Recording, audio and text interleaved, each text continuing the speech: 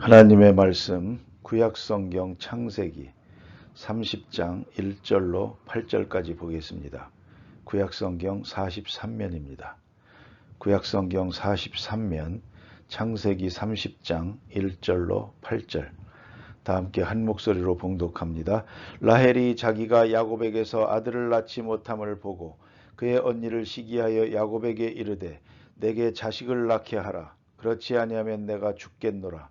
야곱이 라헬에게 성을 내어 이르되 그대를 임신하지 못하게 하시는 이는 하나님이시니 내가 하나님을 대신하겠느냐. 라헬이 이르되 내 여종 빌하에게로 들어가라. 그가 아들을 낳아 내 무릎에 두리니 그러면 나도 그로 말미암아 자식을 얻겠노라 하고 그의 시녀 빌하를 남편에게 아내로 주매 야곱이 그에게로 들어갔더니 빌하가 임신하여 야곱에게 아들을 낳은지라.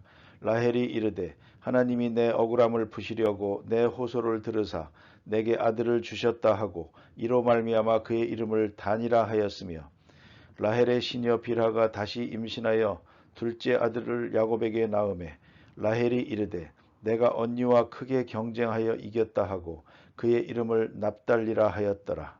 아멘. 하나님께서 지금 피란의 길을 나아가서 고향을 떠나서 살고 있는 야곱에게 은혜를 주십니다. 야곱은 야곱대로 부족한 점이 많고 잘못하는 일도 많이 있지만 그러나 하나님께서는 야곱에게 복을 주었고 야곱 자신이 복된 자가 됩니다. 그래서 그가 어디 가서 무슨 일을 하든지 그의 모든 일에 하나님의 축복이 나타나게 됩니다. 그래서 그는 혈혈단신으로 하란으로 갔지만 지금 가정을 이루게 되고 두 아내의 남편이 됩니다. 그리고 이미 벌써 4아들을 가정에 주셨습니다. 오늘 본문 가운데 보는 대로 라헬이 지금 자식을 취하기 위해서 편법을 취하는 그런 이야기가 있습니다. 지난 시간에 말씀드린 바와 같이 레아는 라헬에 비해서 아름답지를 못하고 시력이 좋지 못해서 아마 남편의 사랑을 받지 못한 것 같습니다. 라헬과 레아를 비교해 볼 것 같으면 신앙생활이 어떻게 이루어져야 하는가를 말해주는 대단히 중요한 복음들이 여기에 있습니다. 가정생활의 일상생활 속에 있는 세밀한 교훈들이 거기 나타나고 있습니다. 레아는 이렇게 모든 것이 부족하지만 그러나 마음은 어질고 착합니다. 그 억울함을 잘 견디고 참고 나갑니다. 하나님께서 그를 불쌍히 여기시고 그에게 은혜를 주어서 태를 열어주어서 아들을 낳게 합니다. 그것에 대해서 우리는 깊이 생각해야 됩니다. 이런 문제를 가리켜서 우리가 보상은총이라고 할 수 있습니다. 그가 고난이라든가 고통을 하나님의 일이라고 생각하고 잘 참으면 하나님께서 보상적으로 주시는 은총이 있습니다. 그 의미를 깊이 생각해야 됩니다. 보상재능이라는 말도 있습니다. 이게 뭐냐면 핸디캡을 가지고 있습니다. 그러기 때문에 남다른 재주를 가지고 있습니다. 그 언젠가 장피에르 리띠에라는 분이 저희 교회에 오셔서 오르간을 연주한 일이 있었습니다. 그는 소경입니다. 시각장애자인데 그 많은 스타프들 50여 개 되는 것들을 눈으로 보지 않고도 다 해가면서 오르간을 치는데 얼마나 훌륭하게 연주하는지 모릅니다. 여기서 와서 2번 하는 걸 보고 깜짝 놀랐습니다. 꼭 눈이 있는 사람 같습니다. 그리고 한 가지 다른 것은 악보는 전혀 보지 않습니다. 한 줄 한 줄 안 보고도 그대로 연주를 합니다. 그런 것을 보고 너무 감탄해서 어떻게 그렇게 잘 하시느냐 했더니 그분 대답이 참 재미있습니다. 아무 어려운 그림자가 없이 웃으면서 하는 말이 저는 이것밖에 할 것이 없거든요. 그래서 세계적인 바하의 연주가가 되었습니다. 바하를 연주하는 데 있어서는 최고의 권위자로 인정해 준다고 합니다. 그런 일이 시각장애자이기 때문에 보상을 받았습니다. 잘 참고 견뎠으니 보상으로 오르간 연주의 높은 경지에 도달하는 그런 은총을 입었습니다. 이걸 우리가 알아야 합니다. 그래서 어떤 고난 혹은 역경 이렇게 핸디캡 같은 것을 잘 참고 견디면 하나님이 보상의 은총을 주십니다.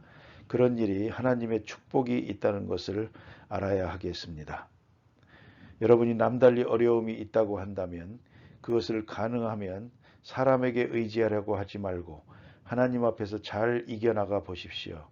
그러면 하나님께서 인정하실 때 보상적인 덤으로 그렇게 주시는 은혜가 거기 함께 하실 것입니다. 그래서 이걸 보십시오. 레아는 자식을 계속 낳는데 라헬은 그렇지를 못했습니다. 오늘 본문에 라헬에 대해서 공부하게 됩니다.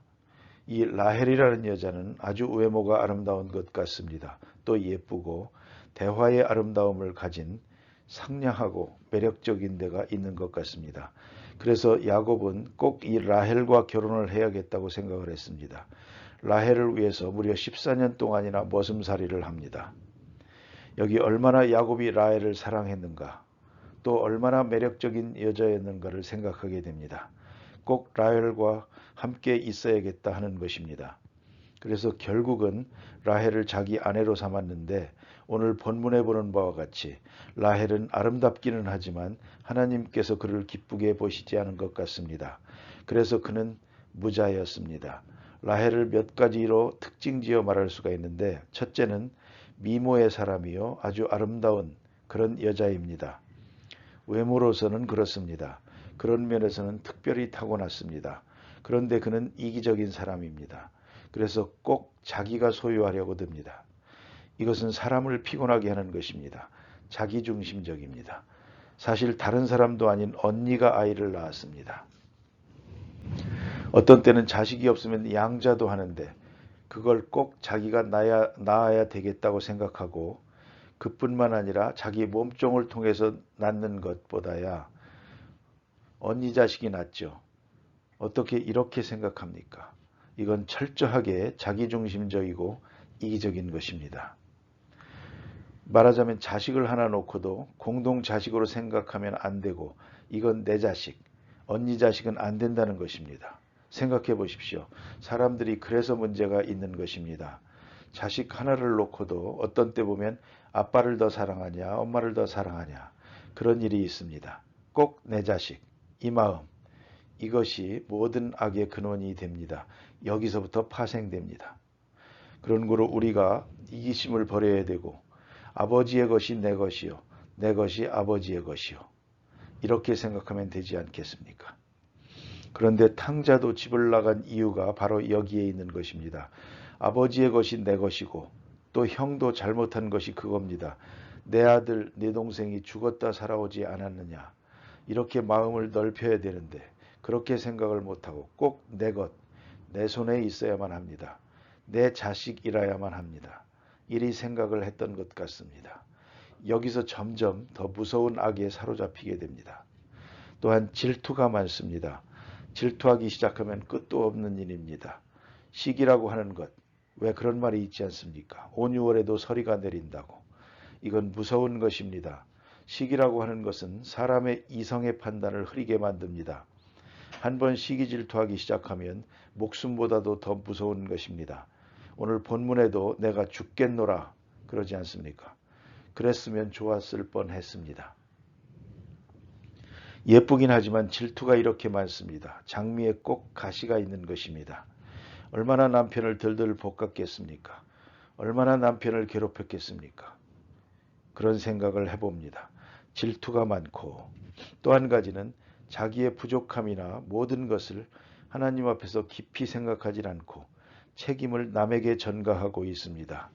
그래서 오늘 본문에 보니까 나로 하여금 아들을 낳게 하라 그럽니다. 그게 자기 잘못이지 남편 잘못입니까? 꼭 이렇게 남에게 책임을 돌립니다. 자기 불행을 남에게 전가하는 그런 여자, 이거 아주 피곤합니다. 오히려 다른 사람의 잘못도 내 잘못이요, 내가 책임질 거다, 이렇게 생각하는 사람이 있습니다.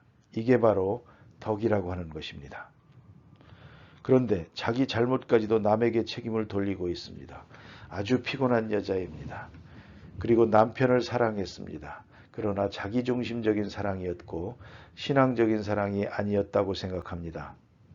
남편을 기쁘게 하고 남편을 복되게 하는 그런 입장에서 사랑한 게 아니었고 자기 행복을 찾아서 남편을 사랑했습니다. 좀 더 나아가서는 남편의 신앙을 본받지 않았습니다. 남편을 사랑했으면 남편과 한평생 가치할 뿐만 아니라 그의 명예, 그의 신앙, 그의 신앙적 전통, 그 조상으로부터 물려받은 유전, 이런 것을 소중히 여겨야 됩니다. 가문을 소중히 여겨야 됩니다. 이게 어떤 가문인데 우상을 섬긴단 말입니까? 어떤 가문인데 우상을 감추고 다니는 것입니까? 이게 바로 문제란 말입니다. 자기 집에 섬기는 우상을 끝까지 따로 섬겼습니다. 야곱도 문제입니다. 라헬을 사랑한 나머지 책망도 해봤고 권고도 해봤겠지만 끝내 우상을 뺏지 못했습니다. 그러니까 다 주었습니다. 다 준 것 같으나 이기심을 주지 않았고 자기중심적인 생각을 주지 않았고 특별히 자기 마음, 종교 심성을 주지 않았습니다. 참 이상합니다. 세계적으로 우리나라는 비교 종교학적으로 연구하는 사람들의 말에 의하면 특별하다고 합니다. 그게 뭐냐면 아프리카나 인도나 다른 나라들을 보면 종교에 관한 한 반드시 가정에서는 종교가 하나입니다. 그래서 동남아시아나 이런 데서는 선교할 때 남편 하나만 예수 믿으면 온 집안이 다 믿습니다. 그러니까 어려우면서도 쉽습니다. 동네에서는 그 추장 하나만 예수 믿게 만들면 다 예수 믿는 것입니다. 간단합니다. 종교는 언제나 가정의 하나입니다. 그런데 우리나라는 자기는 안 믿을 테니까 부인 보고 아이들이나 데리고 나가게 합니다. 종교가 다릅니다. 그것이 우리나라입니다. 이것을 추적해 올라가서 연구해 보면 이건 6.25 때 이렇게 된 것 같습니다. 6.25를 할 때에 그때 남자들은 밖에서 일하게 되고 부인들은 깊은 안방에 갇히게 되는데 답답하고 괴롭습니다.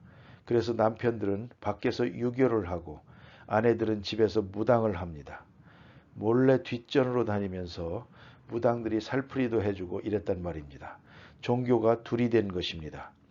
그것이 체질이 돼서 한 가정에 두 종교가 되는데 이에 대해서 별 이의가 없습니다.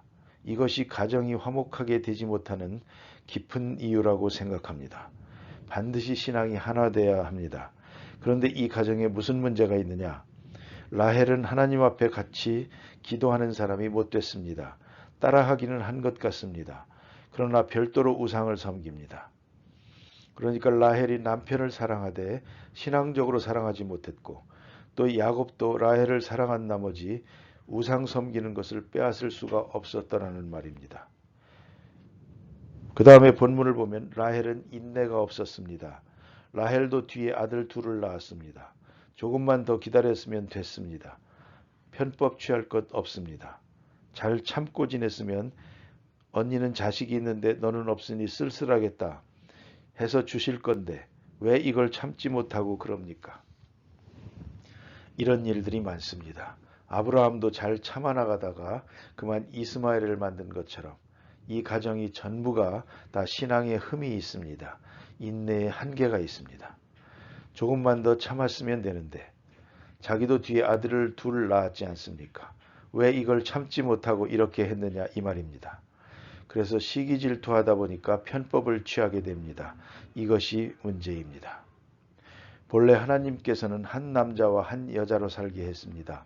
자기들의 방법대로 이렇게 됐습니다. 결국은 두 아내를 가지게 됩니다. 이것도 야곱의 불신앙입니다. 그리고 너무 지나친 이기심, 꼭 라헬을 소유해야 되겠다고 생각하면서 이렇게 된 것입니다. 둘이 됐습니다. 이제 두 사람이 질투하는 것입니다. 시기 질투하다 보니까 이 같은 일이 생깁니다. 신앙을 떠나게 됩니다. 하나님 앞에 조용히 기다리지를 못하고 오늘 본문에 이렇게 나옵니다. 내가 죽겠노라. 나로 하여금 자식을 낳게 하라고 불만을 말하게 될 때 야곱이 이 문제에 대해서 아주 노합니다. 내가 하나님을 대신하겠느냐. 자 보십시오. 가정생활하는 데까지는 사람이 할 수 있습니다. 사랑을 받을 수도 있습니다. 그러나 자식을 낳고 못 낳고는 하나님께 달려있는 것입니다.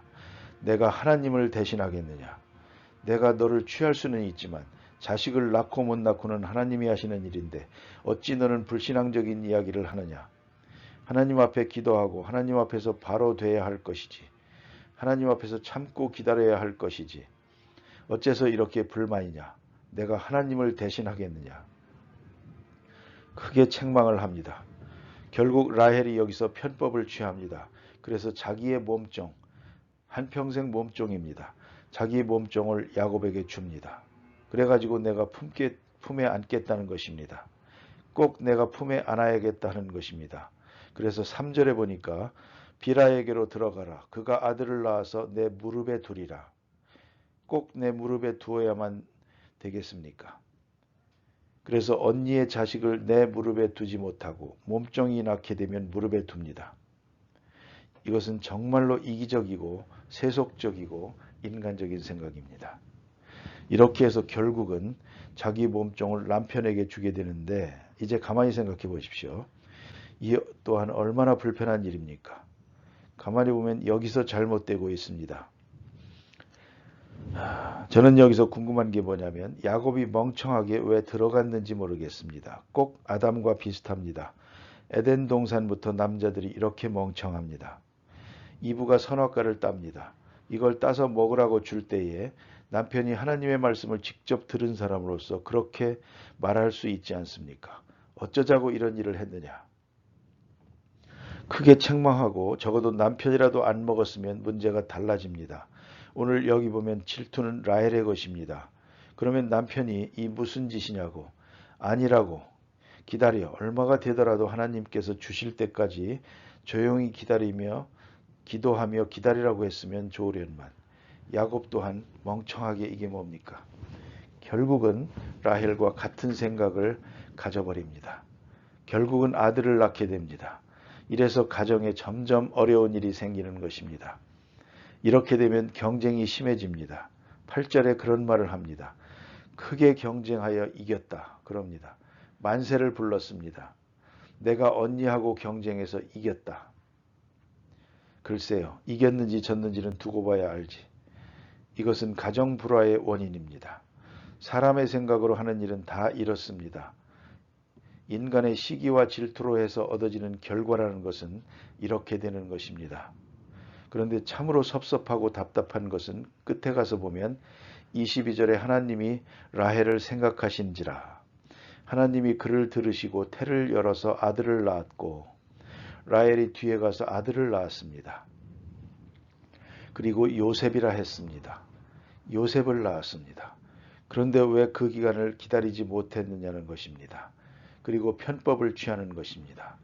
바로 여기에 잘못이 있습니다.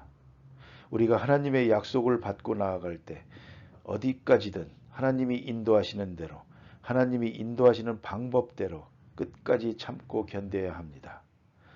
혹 어떤 때 억울함이라도 잘 참고 견디면 보상적 은총이 있는데 이걸 참지 못합니다. 결국은 이렇게 편법을 취하고 저런 방법을 취하고 그러면서 결국은 두 자매가 계속 자식을 낳습니다. 참으로 유감된 것입니다. 가정이 엉망이 된 것입니다. 결국은 이 때문에 12아들이 태어난다마는 그러나 사실은 여자는 넷입니다. 그러니 가정이 점점 어려워진 것입니다. 좀 더 순수하게 믿음을 지켜갔으면 얼마나 좋았을까. 모두가 다 신앙에서 떠나기 때문이요. 인내가 부족하기 때문이요. 인간적 방법을 취하기 때문이요. 시기와 질투를 잠재우지 못했기 때문입니다. 기도하십시다.